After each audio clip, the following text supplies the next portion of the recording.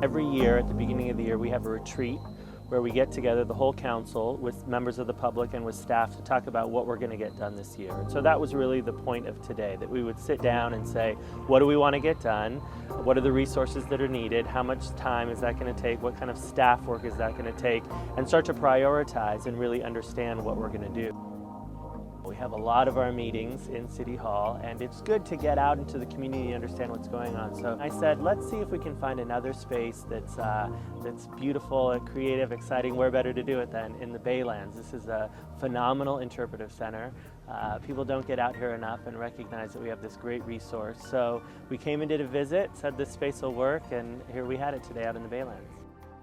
In past years, it's usually happened much later in the year, so we moved it up right to the beginning of the year, and we'll really be able to get clear about what we want to get done, make that transparent, make sure the public knows, and then they can hold us accountable, and we can be accountable to what we said we were going to get done. I think we're hoping to have. It's a little bit more casual and context setting than we have typically had, but again, we're able to move a little bit further since we're rolling over our priorities. When the council in the past has set your priorities,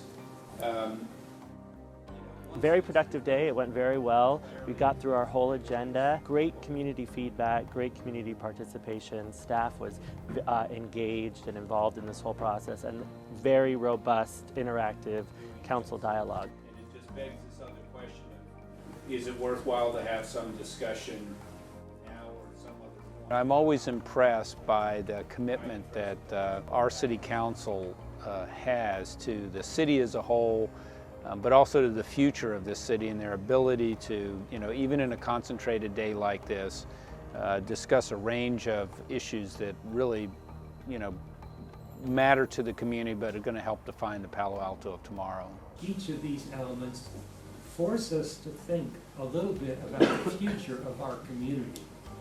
And how do we think about Palo Alto in the future? I've worked in a lot of cities, and it's really clear to me that one of the reasons Palo Alto is one of the premier cities in this country is the commitment of our elected officials, in combination with just the intelligence and passion of our citizens, just make this a fantastic city. Effort to define and expand and articulate the work plans, but there'll be an I hope that it's apparent to the public that the range of issues our council is focused on and how much is on their plate for a city of our size is really quite significant. So I mean, whether we're dealing with major issues of sustainability and actually planning about how the city's going to adapt to climate change, to restructuring some of our costs within a city budget to be viable into the future, or approval of the Stanford Hospital project,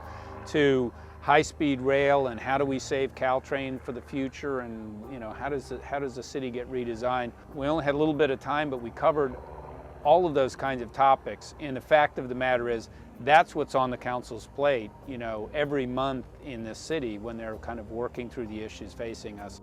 Then we can go into the actual tactics where we have a priority that has a beginning, a middle, and an end. We really had people thinking outside of the box, coming up with ideas that hadn't been thought of before. Some of those from the public, some of those from staff, some of those from the council. But that's the kind of innovative thinking that we get in Palo Alto. That's what's great about having sessions like this, so we can brainstorm and get some new ideas on the table. We talked about our city council priorities for the year, and we made observations about what the impacts of those priorities may be in terms of the work plan for the staff members. We have to make choices with limited resources. A lot of the items before us are mandatory. The obligatory things are not really council set priorities or objectives. They're not really the topic of our discussion, except they're trying to differentiate between policies that they have to do anyway and things that are discretionary. With the economy the way it has been the last couple of years, and the changes at the state level and what local governments can and can't do, it's gotten a lot tighter for local governments to be able to do things. Between Proposition 13 and Proposition 4 and Proposition 218, cities don't have the ability to fund basic services. And that's why we've got they say something like $500 million worth of capital investment we have to spend. A lot of that goes back to the cuts that were made back in the 70s and 80s.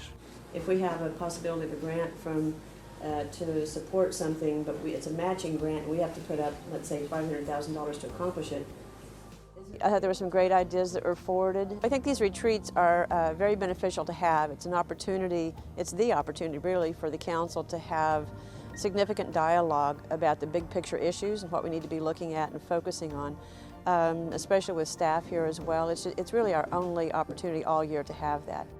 We're definitely in a historical kind of transitional period, and everybody is finding their way into a future that's extremely uncertain, and we can't rely on necessarily, the rules of the past or the things that have, that worked in the past. The city's going to take a look at being more innovative and being able to take a little more risk without being penalized for it, and I think that was a real substantive discussion that needed to take place. We need to make sure we look long-term, that our financial health is as strong as it can be, that we're looking at both cutting costs and increasing revenues in any way that we can. And so that is front and center. Last year the council said this is our #1 priority. We need to change how we look at our budget, look long-term, make sure that we're on solid financial grounds.